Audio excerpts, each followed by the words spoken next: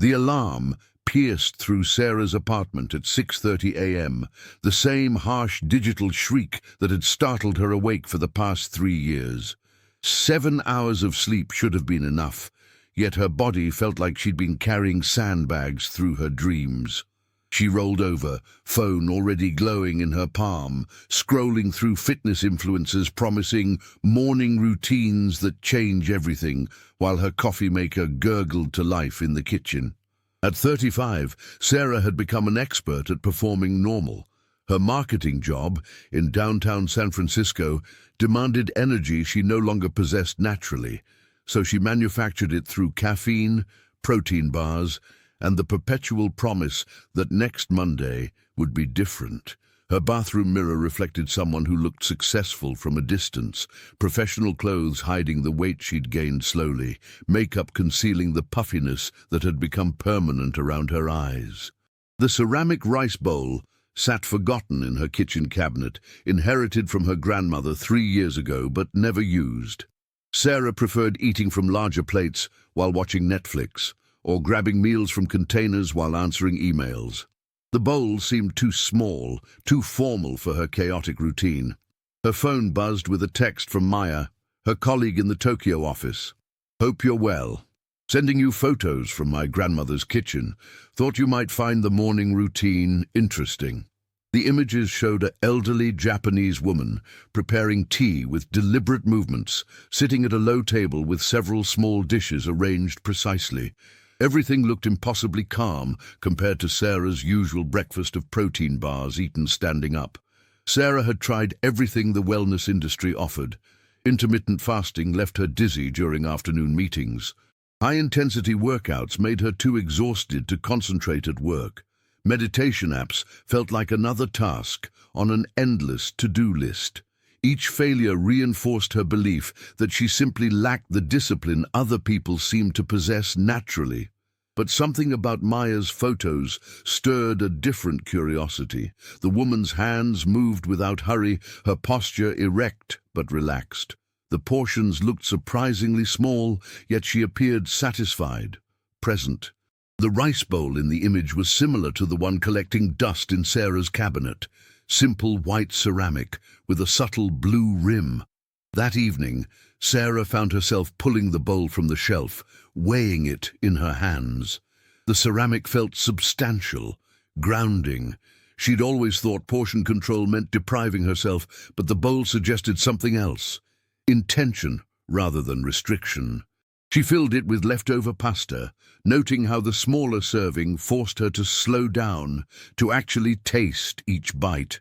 The skeptical voice in her head, sounding remarkably like her friend Jessica's laugh, whispered that this was just another fad.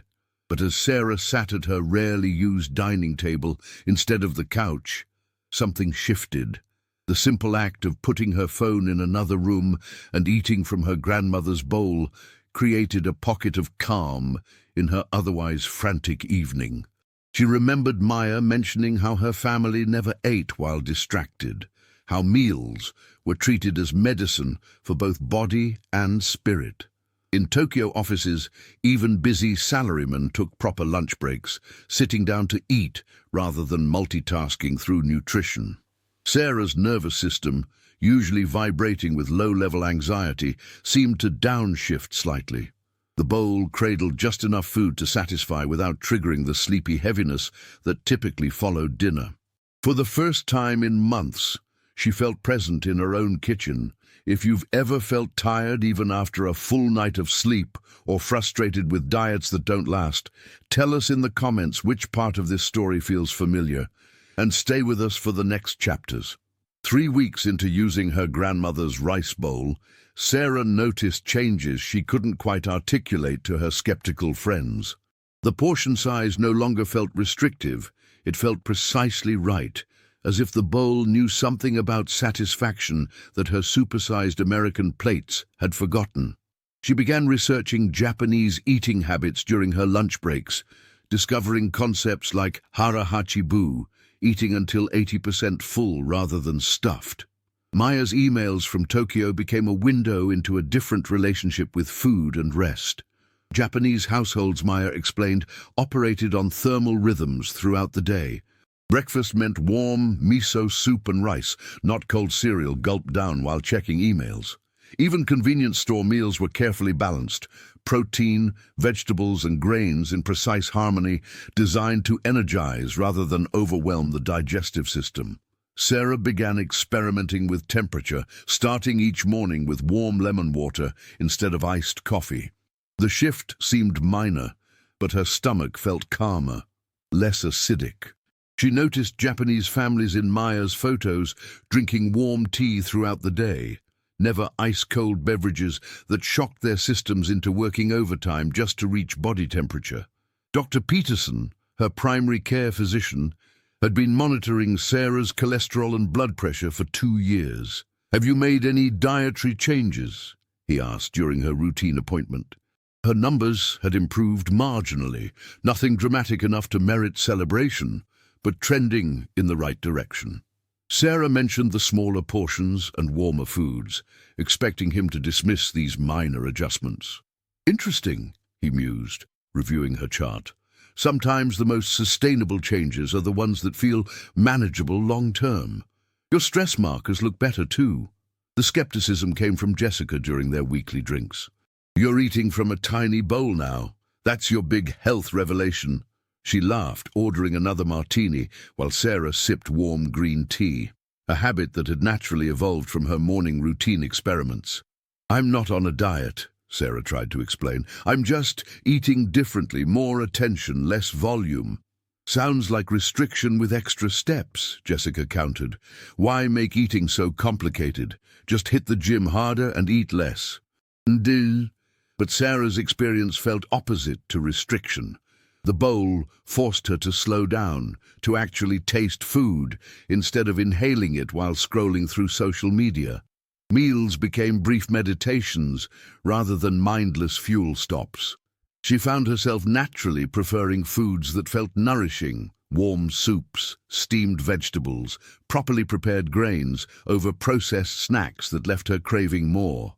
Maya shared stories of her grandmother's kitchen rituals, how every meal began with gratitude, how leftovers were transformed into new dishes rather than wasted, how eating alone was still treated as ceremonial rather than rushed.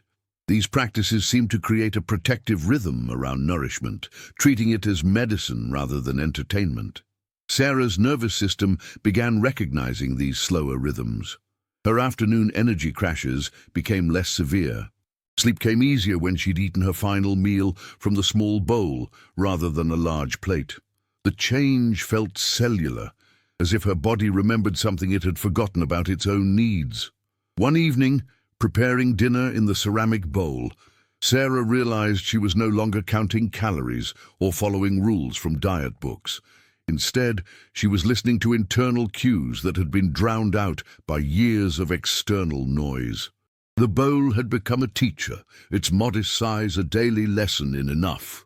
2 months later, Sarah's clothes began fitting differently, not dramatically, but noticeably. Her work blazer no longer pulled across her shoulders, and her energy lasted through afternoon meetings without requiring a third cup of coffee. The changes felt gradual, sustainable, like settling into a rhythm her body had been craving all along. Maya visited San Francisco for a week-long conference, bringing with her an arsenal of Japanese wellness habits that extended far beyond the rice bowl. She stayed in Sarah's guest room, transforming the morning routine into something resembling a tea ceremony.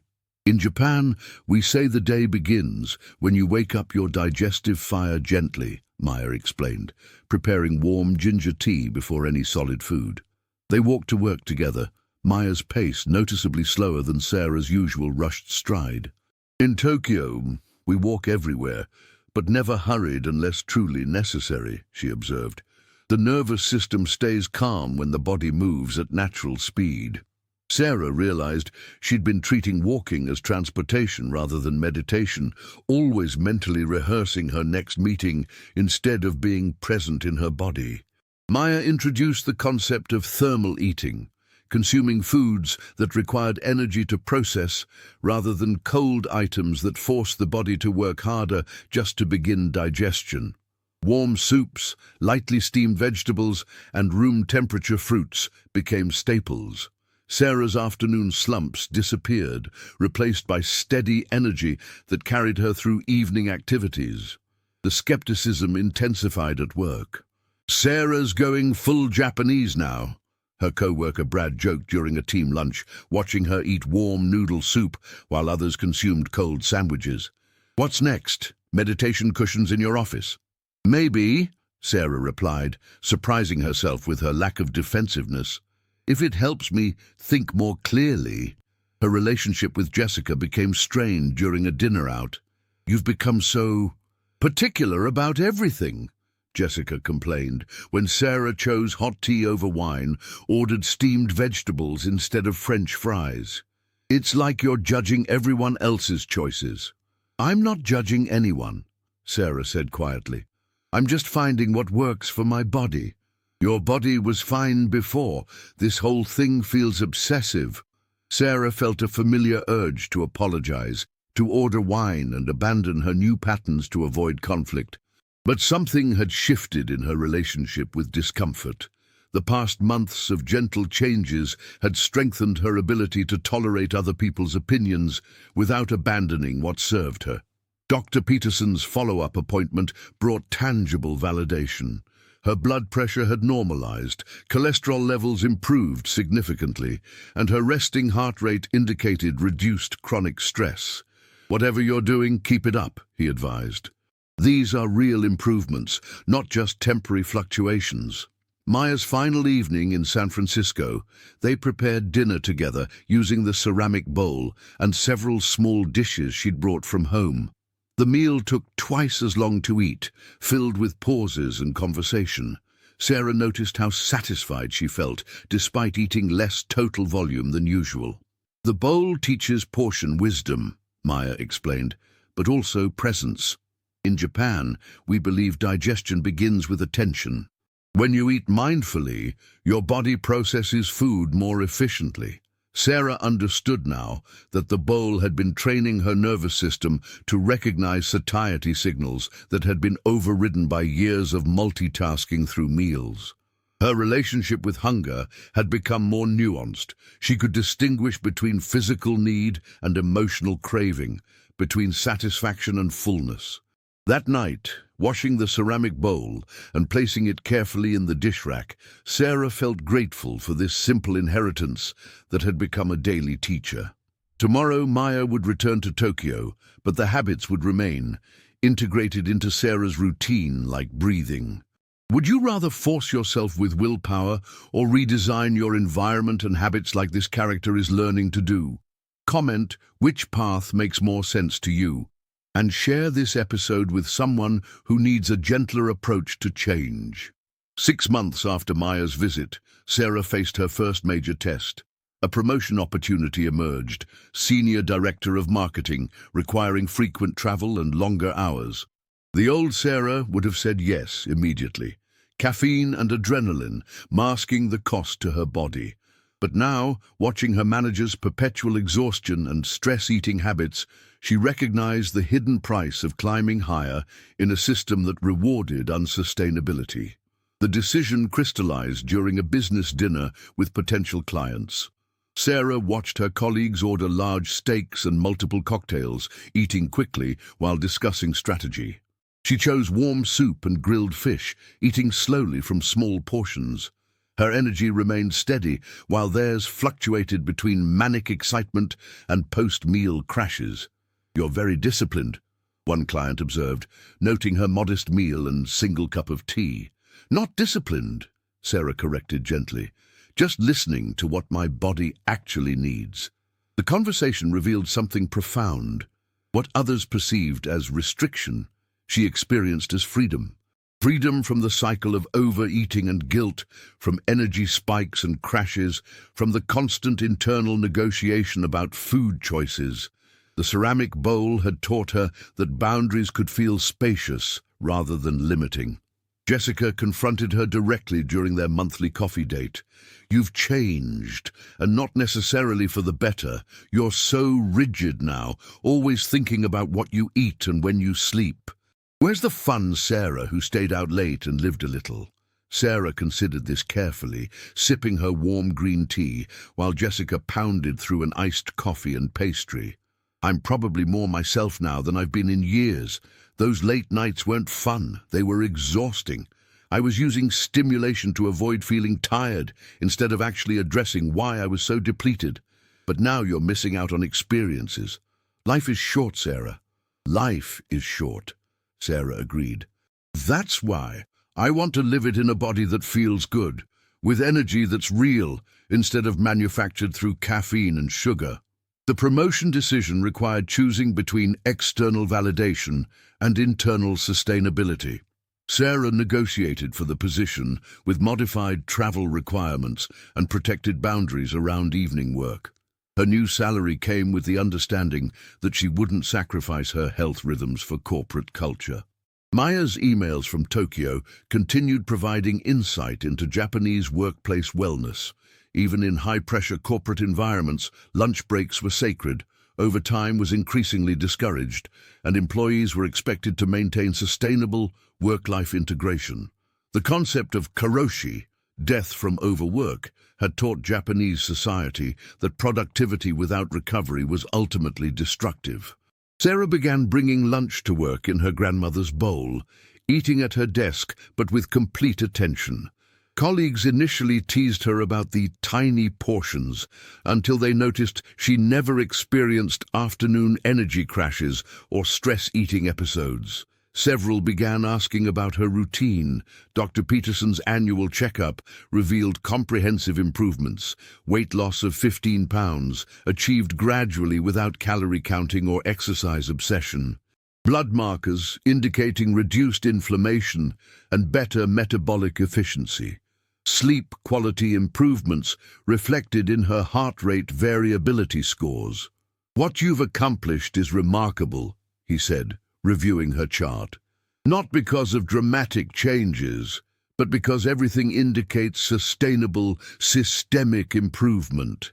Your body is functioning better at every level." The ceramic bowl sat at the center of these transformations, used 3 times daily for 6 months. Sarah had noticed how the ritual of filling it created a pause, a moment of intention before eating.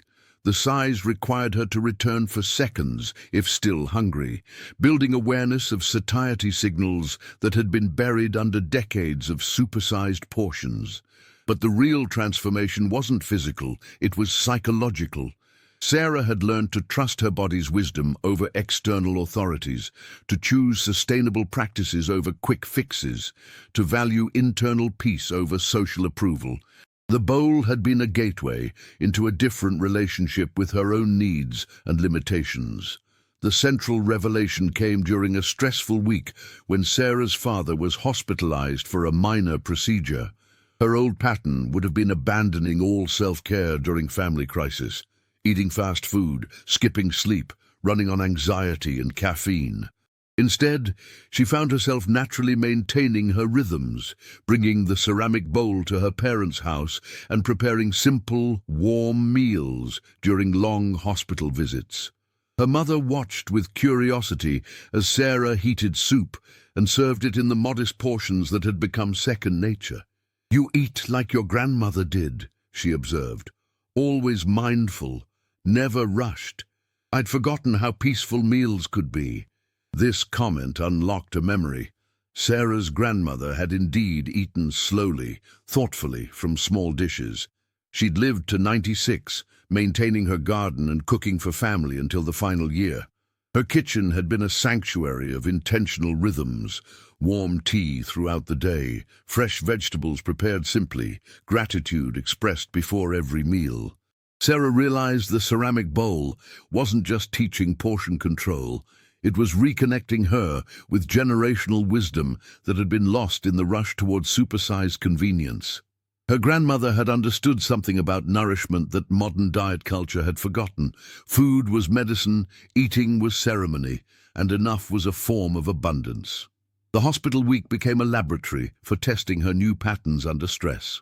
Instead of depleting herself through worry and poor choices, Sarah discovered that maintaining her gentle routines actually increased her capacity to support her family. She slept better, thought more clearly, and remained emotionally stable during medical consultations and family discussions. Maya called from Tokyo during this time, sensing through their regular email exchange that Sarah was facing challenges.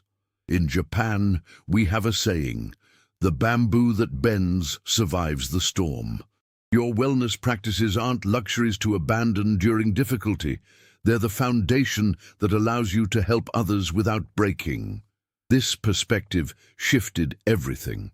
Sarah had unconsciously believed that self-care was selfish, especially during family needs, but she was discovering that taking care of her own basic requirements, sleep, nourishment, gentle movement, actually made her more available for whatever life demanded. Peterson visited her father during his hospital stay, recognizing Sarah from her regular appointments. "You look remarkably calm for someone dealing with family medical stress," he observed.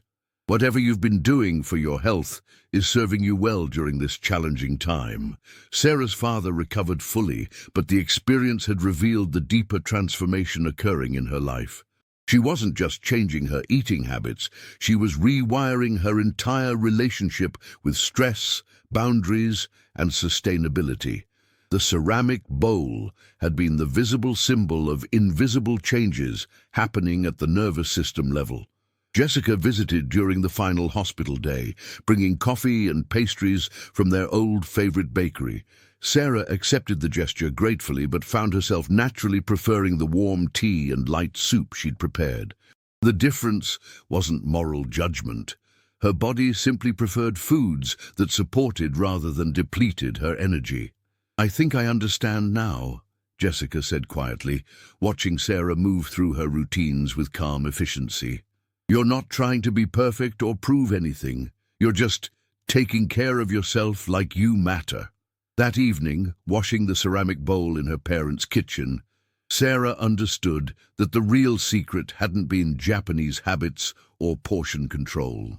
The secret was learning to treat herself with the same gentle attention she would offer a beloved friend, consistently, patiently, without drama or self-punishment.